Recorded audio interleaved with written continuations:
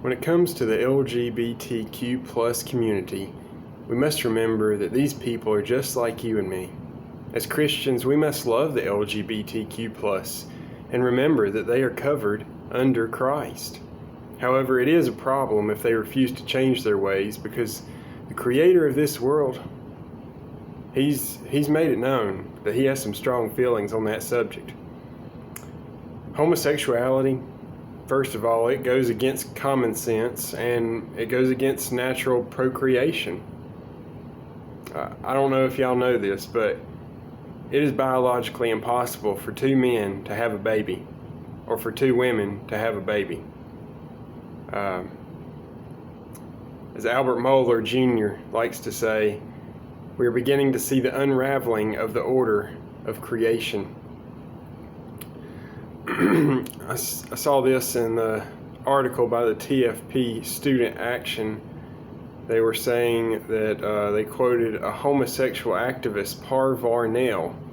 He says, "The gay movement, whether we acknowledge it or not, is not a civil rights movement, not even a sexual liberation movement, but a moral revolution aimed at changing people's view of homosexuality."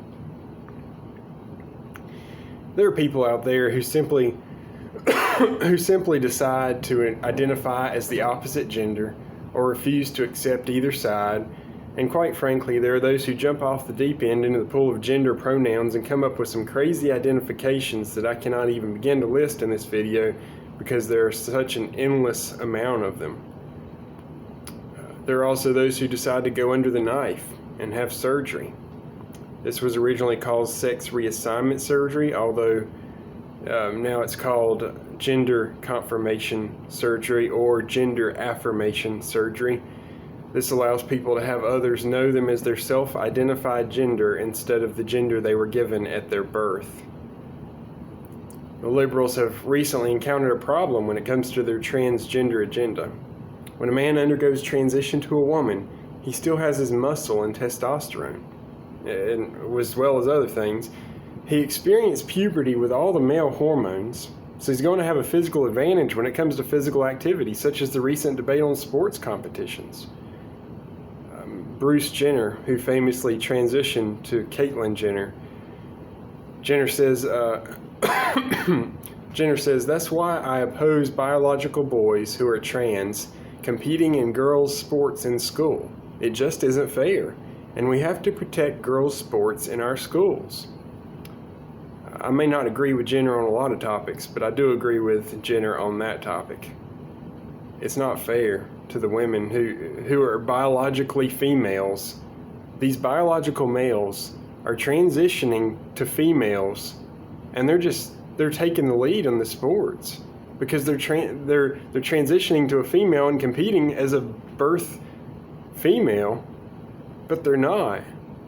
And I think a lot of these sports competitions never even took that into effect because honestly it wasn't a problem until just a few years ago.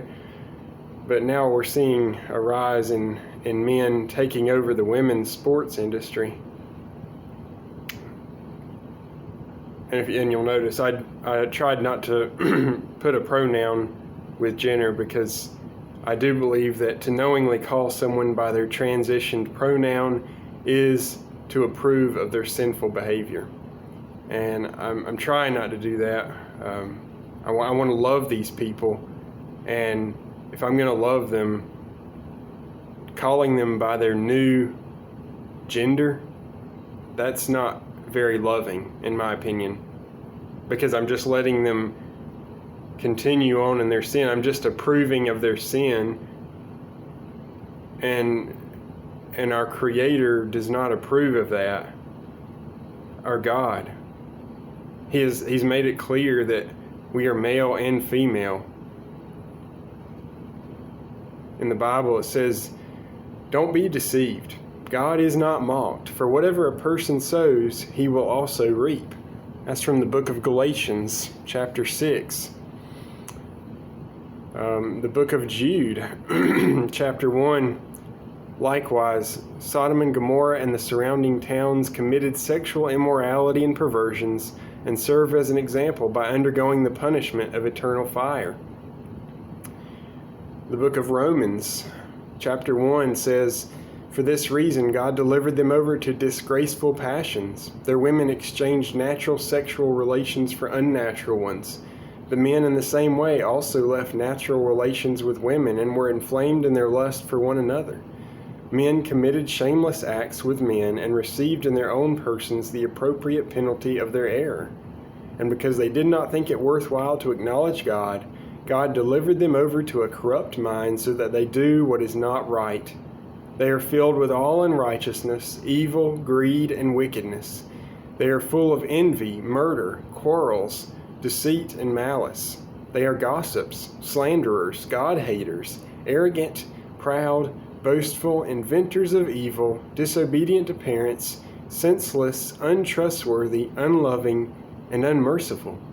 Although they know God's just sentence, that those who practice such things deserve to die, they not only do them, but even applaud others who practice them." And that's exactly what the LGBTQ plus, as well as many of the liberals, it says that those who practice such things deserve to die. They not only do them, but they even applaud others who practice them. That's exactly this Pride Month in June. They're applauding others who are sinning, who are coming out as gay or lesbian or bisexual or transgender or queer or questioning and so on and so forth. And it's just very sad to watch all these people who either, on the one hand, they're willingly going into this LGBTQ with no knowledge of God, no knowledge of the salvation of Christ. Or on the other hand, they know Christ. They know who Christ is. They know what He's done, but they still continue to run from Him. And that's a very scary situation, because it says here that although they know God's just sentence, that those who practice such things deserve to die, they not only do them, but even applaud others who practice them. I know I've read that the third time now, but that really gets me. I'll move on. Dr. Ryan T. Anderson says, "Sex reassignment does not work.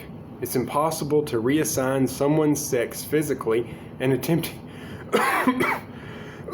attempting to do so doesn't produce good outcomes psychosocially." Chris Hyde says, "There is huge uncertainty over whether changing someone's sex is a good or a bad thing. Even if doctors are careful to perform these procedures only on appropriate patients," Hyde continues, "there's still a large number of people who have the surgery but remain traumatized, often to the point of committing suicide." And I think Matt Slick really sums it up.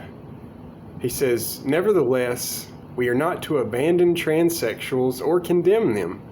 Even though the person is in sin, the transsexual is still a person in need of full redemption, love, grace, and kindness.